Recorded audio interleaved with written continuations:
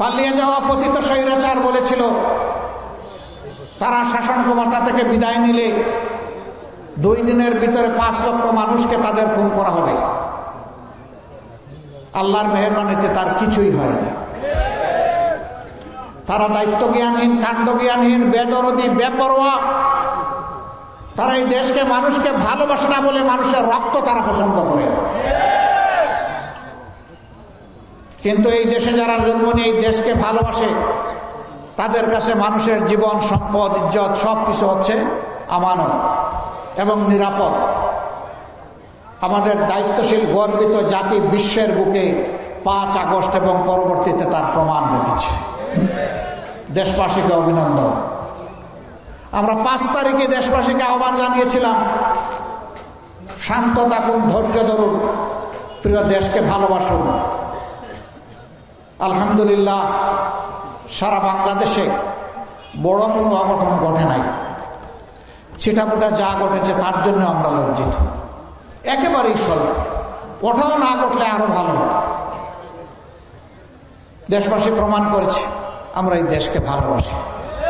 এদেশ আমাদের দেশ, এদেশ আমাদের বাপ দাদার দেশ, এদের আমাদের সন্তানদের দেশ, এবং আমাদের সন্তানদের জন্য আমরা একটা নিরাপদ আবাসভূমির দেশ চাই।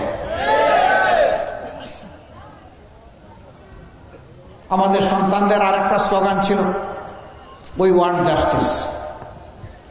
আমরা ন্যায় বিচার চাই, আমরা বৈষম্য চাই না। তাই তারা তাদের প্ল্যাটফর্মের নাম দিয়েছিল বৈষম্য বিরোধী ছাত্র আন্দোলন। তাদের এই স্বপ্ন আমাদেরকে বাস্তবায়ন করতে হবে। বাংলার জমিনে আমরা কোনো চাঁদাবাজ এবং দখলদার দেখতে চাই না।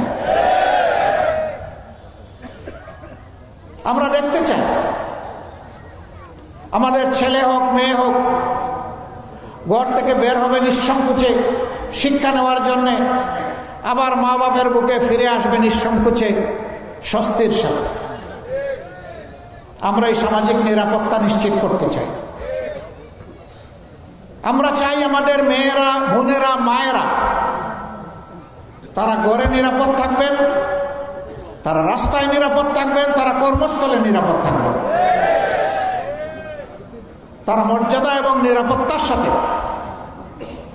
সমাজ গঠনে, দেশের উন্নয়নে তারা ভূমিকা রাখবেন।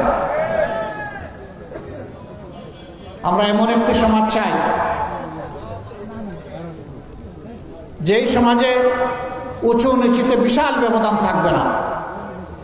আজকে আপনাদের প্রিয় মানুষ, প্রিয় নেতা অধ্যাপক মিয়া গোলাম পরওয়ার তিনি বলে গেলেন, এখানে অনেকগুলো মিল বন্ধ হয়ে গিয়েছে। সরকারি 26টা মিলের সবগুলো বন্ধ। এখানেও 5টা মিল ছিল বন্ধ। সেই বন্ধ মিলের কর্মকর্তারা সরকারের বেতন নিয়মিত পেলেও গরিব শ্রমিকেরা তাদের পাওনাটুকু পাচ্ছেন না। আমরা এই বৈষম্য দেখতে চাই না। সরকারের সামর্থ্য না থাকলে জনগণকে বলবি, তাহলে কর্মকর্তা যারা, তারা তো সামর্থ্যবান মানুষ, তাদেরকে দিতে আমাদের কোনো আপত্তি নেই। কিন্তু আমার গরিব ভাই বোনদেরকে কেন বঞ্চিত করতে হবে? যদি উনাদেরকে দেন তাহলে এদেরকেও দিতে হবে। এবং এর জন্য তাদেরকে যেন দাঁড়ে দাঁড়ে কাঙ্গাল হয়ে কারো করুণার জন্য ঘুরতে না হয়, তাদের পাওনা যেন সম্মানের সাথে তাদের হাতে তুলে দেওয়া হয়।